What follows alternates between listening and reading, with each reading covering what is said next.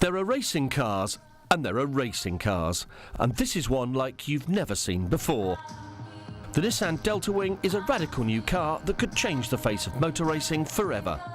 The car will reach a top speed of 300 kilometres an hour, yet that comes from just a 1.6-litre engine. This is a very significant step for the industry. Basically, we're going to be competing at the same speed as the Premier status cars, but we're going to be doing it on half the fuel. And we've done that by halving the weight and halving the aerodynamic drag, whilst also being able to therefore halve the power.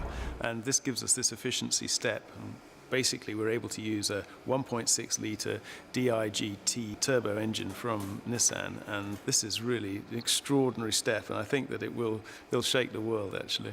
The radical car design means that the driver sits almost over the rear axle and stares down the long, narrow fuselage to specially created twin front tyres that are just 4 inches wide. The organisers of the legendary Le Mans 24 Hours have invited the team to take part in this year's race. Le Mans is the greatest challenge in motorsport. It's an endurance event over 24 hours. The point of what we're trying to show here is that we can do this race and use half the fuel and half the tyres of anybody else. And what we're going to show, I believe, is the value of efficiency and showcase what the auto industry is planning to bring to the consumer in the future.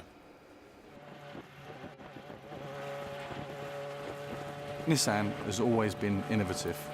We were the first ones to bring an electric-powered vehicle to the masses. This thing is even bolder. We're going to Le Mans and we're going to use half the fuel of our competitors. But it's not just motorsport that the car could shake up. Nissan is a founding partner of the project and is looking to use the DeltaWing to research and develop future technologies that can be filtered down into Nissan's road cars. I can't wait to drive this car at Le Mans. The Nissan DeltaWing is definitely capturing people's imagination.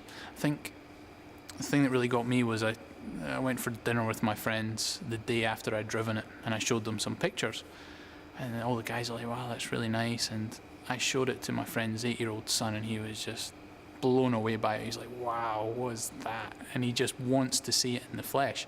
And that for me is fantastic for the future of our sport, that people can engage with something like that. Kids love it, and yeah, just can't wait to get it out there and show it off to the crowds in France.